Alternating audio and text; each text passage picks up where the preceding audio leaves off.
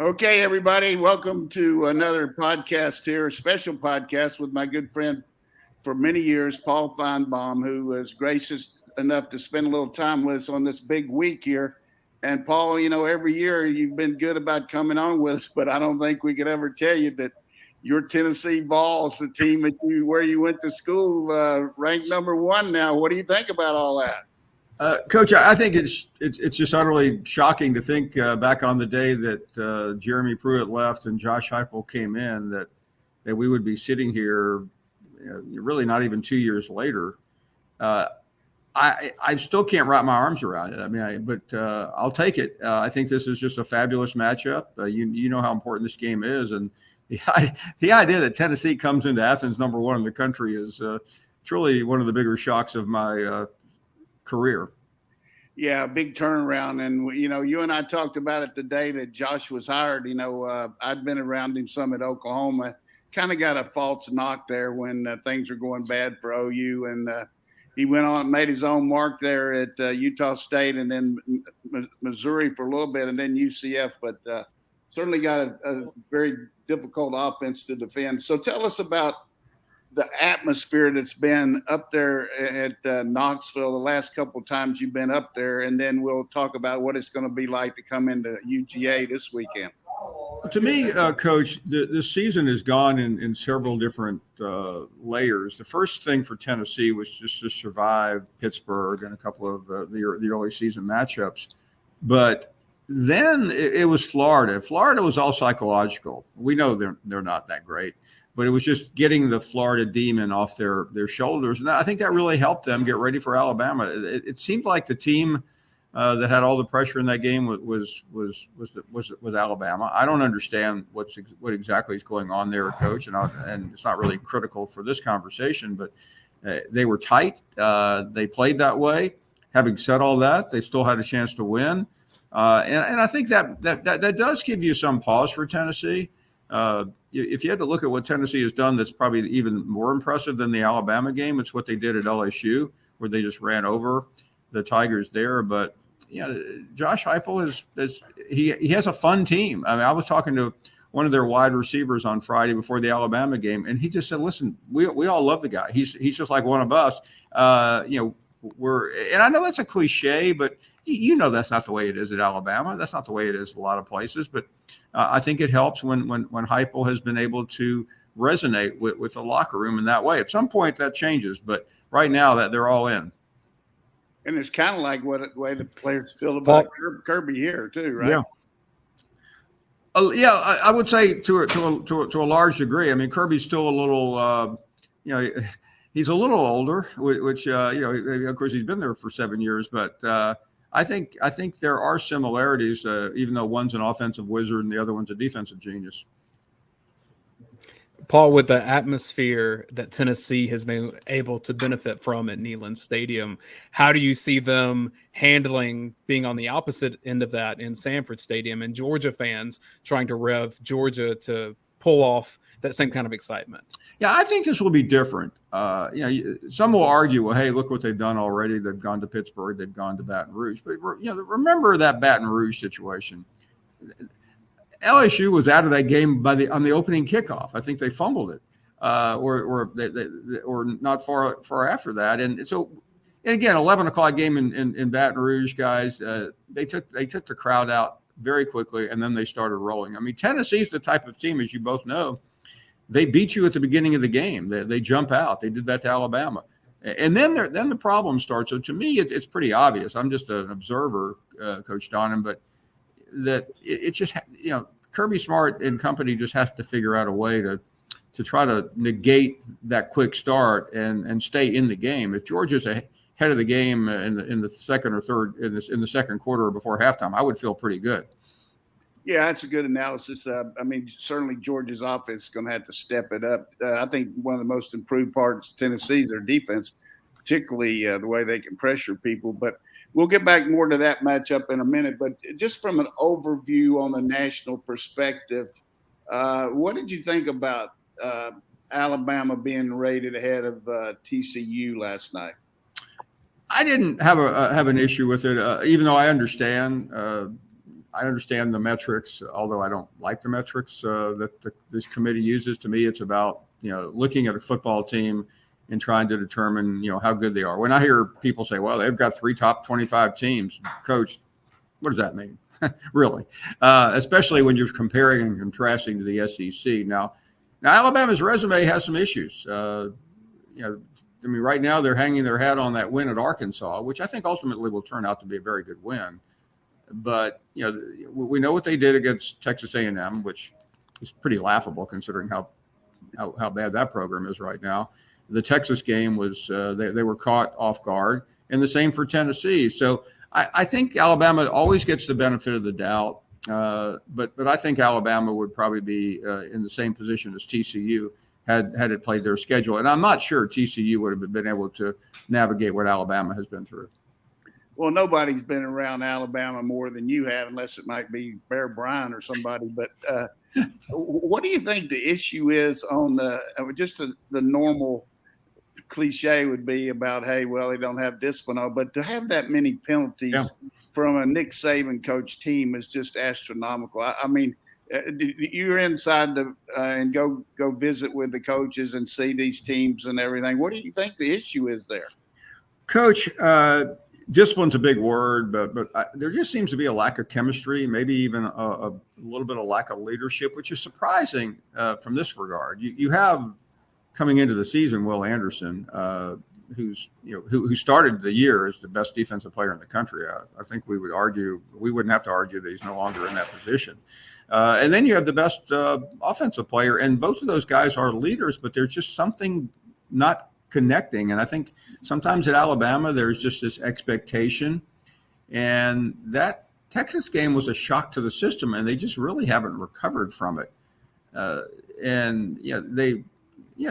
It's not a cliche to say they could have lost 3 games. And even the Arkansas game, they were in trouble for a while. So there's a couple of things I don't like about the team. Let me say, not the team, about the program right now. I don't like the coordinators.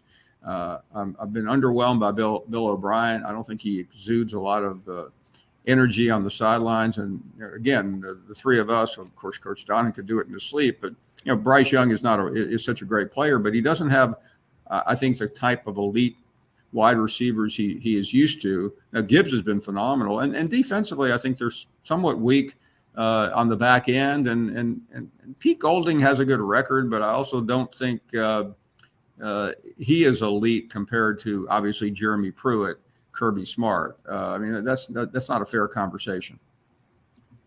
Paul, I'm curious, at the peak of Alabama's dynasty, obviously they were winning national championship, but when they had games like what Georgia has this weekend with Tennessee, a lot of times they would find ways to just destroy the soul of that opponent that seemed like the jumpstart. It happened to Georgia in 2015. Do you think that Georgia is capable of that level of dominance against really good teams, or is Georgia not at that level? I thought they were a couple weeks ago. So, and I'm not bailing on Georgia at all. I just think that it just almost seems like Georgia, lacked focus for a while during the season. And by the way, I can understand that when you do what they did at the beginning of the season against Oregon, and then you go to Columbia and do the same thing against South Carolina, and then you look out and you go, we got we have Missouri and Kent State and Auburn and Vanderbilt. Those are 4 weeks of a lot of snoozing, and I think that we saw some of that in Missouri, where Georgia was truly tested. I think this program is still in great shape, and I think this team is really good. Now, I hated to see Nolan Smith depart. That was a critical conversation piece in terms of leadership and play. Glad to see, and Coach Donnan was telling me Saturday morning about what Carter would mean against Florida, and I think we saw that. But ultimately, I think the defense has to come to life Saturday, because the other side speaks for itself. Yeah, that's for sure. And I guarantee Kirby's going to remind them of that. We're going to get more into that game in just a second. But one more issue here that you and I talked about in the offseason that looked like it was imminent, but they waited until this week. But over there at Auburn, what a cluster right now. Yeah. Yeah, everybody wants to blame someone else for Brian Harson's failure, but ultimately Brian Harson was a failure because he never could adapt to the SEC. He didn't recruit at that level. His coaches were not at the level that you need to be, and his system just didn't gel. And Auburn made the right decision. Let's not cut it. Make excuses. I mean, he didn't deserve another game, let alone another year. And so I think that was the right call. That was a mistake hire, and sometimes the best thing to do is bury the mistake as fast as you can. And I know everybody's speculating. I don't know what Auburn will do next, but I'm betting whoever they come up with, Coach, he understands what it takes to win in the SEC. And Brian Harsin didn't understand that. Yeah, whoever gets going to know what grits are, that's for sure. Yeah. Have a birth certificate from the you better believe it. region of the country. But all right, from a standpoint of a couple years ago, you were talking about how much you enjoy coming to Athens and the atmosphere that's been created here recently with this tremendous home field advantage. But when you bring that SEC nation in here, what all is entailed and what are you looking for? And are you getting what you want from UGA fans when you come in? Yeah, to me, this is the second time we've done this now. Last year for Kentucky, and this year when Gameday and the SEC show came in, and that's such a big campus, and there's so many fans that it really doesn't matter. Some places it would seem lesser, but my favorite thing in coming to campus, Coach, is the Friday show. When we take what we do here in this studio that I'm in now, and we go on campus. It's laid back. There aren't any. Saturday you have the marching bands, you have the cheerleaders. I mean, it's just a laid back show where we get to show off the campus. And this year we'll do that. You of course will be one of our first guests. Coach Smart will drop by. The president will drop by. Various reporters and media people. And to me, that's probably my favorite part of the job are those Friday visits. And I'm not just saying this because I've already said it before, but I think Athens is probably the best college town in America. So I'm not just placating the home folks. It's just incredible. It has everything you need. And every time I'm there, I talk to students, and you can't pry a student out of there. I was talking to one last year, and I think it was his 6th or 7th year, and he was still trying to figure out a way to to take a few more courses so he could make another football season. I can relate to that, being a pretty average student myself. Yeah, I like it on Fridays, your shows too, because on Saturdays it's a jump ball to see if you can ever say anything with those guys you got on that show with you. I mean, they don't use you enough with those guys, man. They invented football, didn't they? Coach, you're right. They did. And I'm honored to be there with them every Saturday. So, the good part about me, by the time I get to Saturday, I've already talked about this stuff, usually Sunday morning and then all week long on our show and other shows. So I'm really not that eager to offer the same opinion, but you got a quarterback like Jordan Rodgers and Roman and of course Tebow, and I would never want to get in the way of three geniuses. Yeah, that's cool. Paul, your show had a lovely tribute to Vince Dooley and obviously heavy hearts around here leading up to this game and just his impact on the SEC as a whole. Did you have any good stories personally interacting with him that you want to share, whether in Athens or outside of Athens? Well, my career began with Coach Dooley in this regard. I had just been at the newspaper in Birmingham for a short period of time, and my boss called me one Sunday night, and he was at a bar, by the way. And he said, hey, I got to confirm Dooley's going to be the new Auburn coach. So I started writing the story up, being a junior guy. And we ended up, and he said, Mark, put it across the top of the front page. So we ended up bannering it like it was the end of the world. So what happened was the newspaper came out Monday morning, Dooley to be named Auburn coach. And the truth of the matter is that Coach Dooley, one of the Auburn sports people, information people, had shown my boss the press release. It was going to be announced that afternoon. But when the president at Georgia woke up, he was in Birmingham at an SEC president's meeting, when he read the newspaper, he went ballistic because he had heard rumors, but he in no way thought it was going to be official. So he got on a plane, flew back, and they offered Coach Dooley, I think, he had been co-athletic director. They offered him the job by himself. They gave him a raise. And Coach Dooley later joked with me about that he thanked me for getting him a raise and preventing him from going to Auburn, where he wanted to go emotionally because his best friend and roommate in college was the governor. But those next couple of years at Georgia, he not only won the national championship a few weeks later, but he had those epic years in 80, 81, 82, and 83. So that was really the beginning of our relationship. And like everyone, everyone has a different view of him, but I think he is one of the most influential and important figures in the history of the game. No question about it. And good to all of the people that I know that I've never heard anybody. I mean, Coach Dooley was set in his ways about some things, but if he was your friend, he's very loyal. And well, let's talk a little bit about Kirby Smart here, because you've had a chance to watch him grow as a head coach, but also saw the impact he made at Alabama, 5-2 there in big games, 1 versus 3 or 4 as a defensive coordinator, and helped Nick to 4 national championships at Alabama. What have you seen as far as the evolution of Kirby? I know you talked to him there at the golf tournaments. You have him on your shows.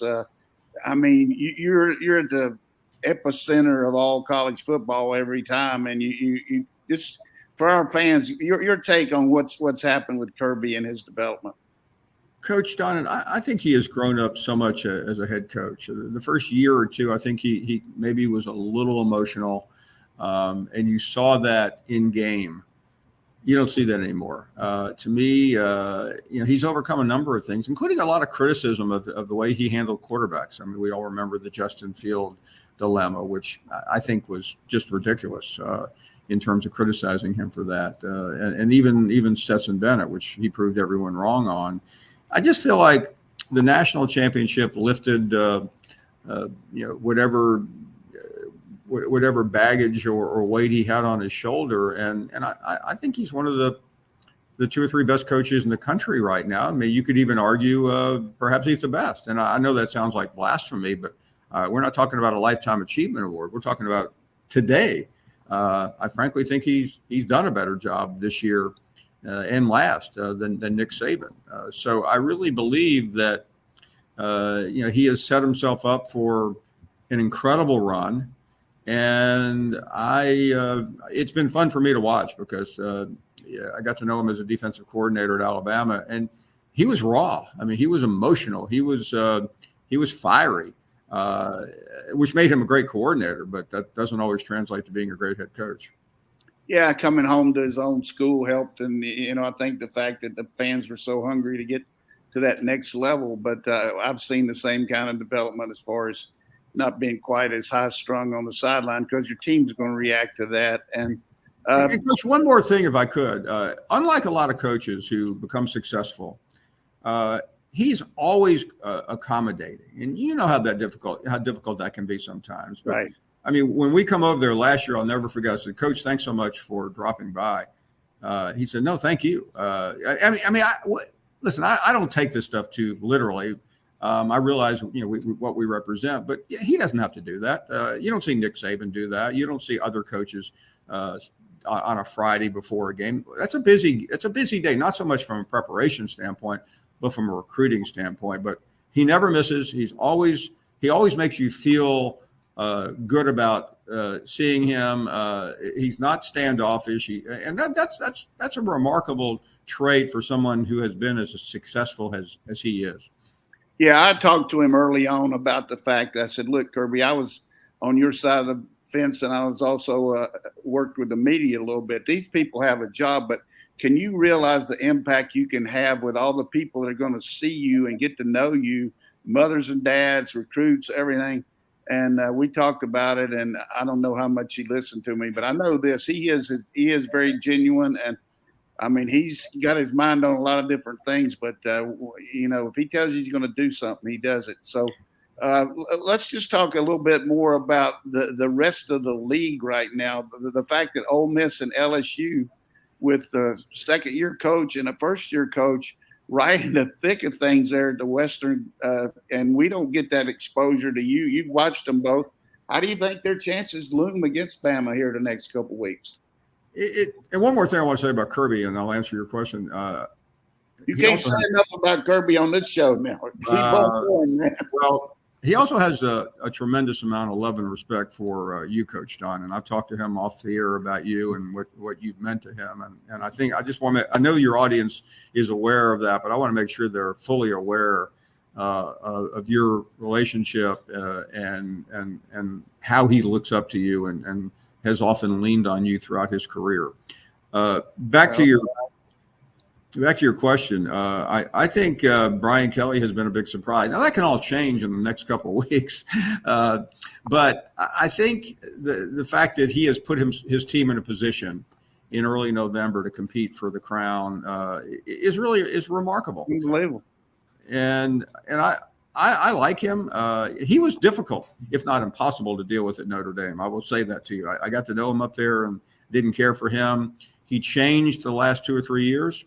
And I think you're seeing a little bit of a softer side of what used to be a surly coach. Kiffin is always quirky. I don't agree with his reliance on analytics. I think sometimes common sense prevails, but he is a very good football coach. He seems restless a little bit to me, Coach Donnan. I don't know what is going to happen at the end of the season. He's going to have some chances there, but but I would not be too surprised to see him leave Ole Miss. The one thing that I think about Lane that I really admire is that he knows he's gotten a second chance. Mm-hmm. And the second time through, he's reinvented himself a little bit. He doesn't have all the answers like he does the smart ass I don't mean bad word, but he kind of at USC was more like, I've been Pete Carroll's boy. I'm coming in here. But now he really does a good job of managing the game and has done a great job of really taking his team that lost so many players last year and utilizing the transfer portal and just made it a very competitive situation. So finishing up here, what do you think about the 12-team playoff? How quick will it come? And is the NIL and transfer portal here to stay?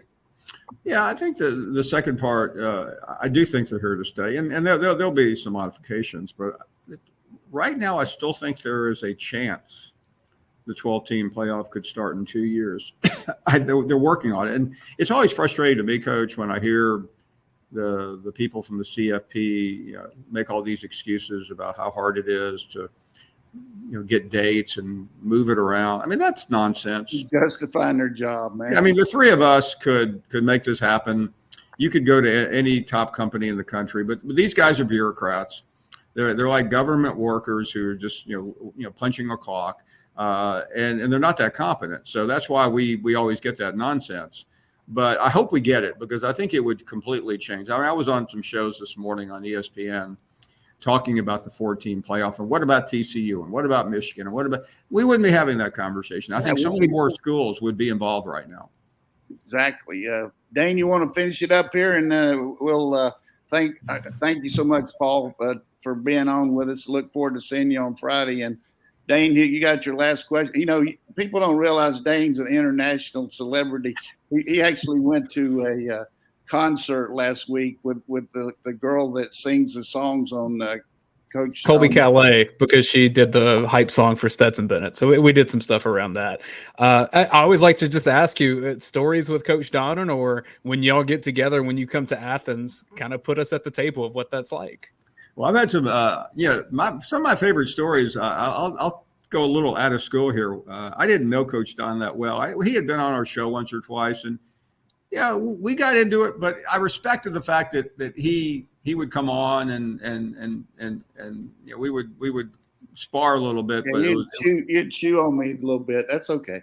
But he would fight back, which most coaches don't.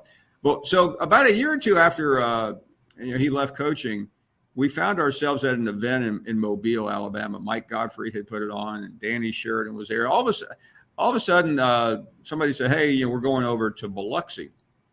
And I was in the back seat with Coach Donnan, I think, And I don't know how long it takes to go to Mobile to Biloxi, about an hour and 10 minutes, Dayne. But I felt like I was in the car with the most popular and successful comedian in Las Vegas. I mean, he was cracking jokes one after another. Hey, have you heard the story about this? And I just like immediately became enamored with him because of just how funny he was. Because I had never seen that when he had been in coaching. I knew how successful he had been, but I didn't. I was sold on Coach Donnan, and we started. I was trying to get in with you so you'd put me on your show every week, and we had a good run there for about 6 or 7 years there, every 30 minutes every week, and we covered the whole SEC, and it was a lot of fun and a lot of mutual respect. And then, of course, when you would come to Athens to watch some games, you would come by the house, and Mary always loved having you over here, and it was just. But Paul, just can't say enough about how proud I am of how much you represent college football. I mean, to have 4 hours a day, 5 days a week, I don't know how you do it, man. And then go on the weekend. It's just incredible. You got unbelievable stamina, but a lot of respect for what you do. And you got an opinion, but, you're very fair too. Well, Coach, thank you. And one of my favorite memories ever, I talked about the funny side, but I came over the afternoon of the famous blackout game in 08. Ooh. And I remember coming over to the house with you, watching games with you and Mary. And you gave me a warning. You said, watch out tonight. I'm a little nervous about the Dogs. And wow. Were you ever right about that? But I just cherish my friendship with you, Coach Donnan. It's been one of the most special of my career, and it's just such a pleasure to talk to you here, and especially to see you when we come over there to the University of Georgia. It'll be fun, and hey, I'm warning you about the ball Saturday. I got a good feeling about the Dogs. We'll see what happens. Okay. Well, that's quite. Listen, I've had my moment as a Tennessee graduate this year. I'm not going to be greedy. All right, we'll see you on Friday. Thank you, Coach.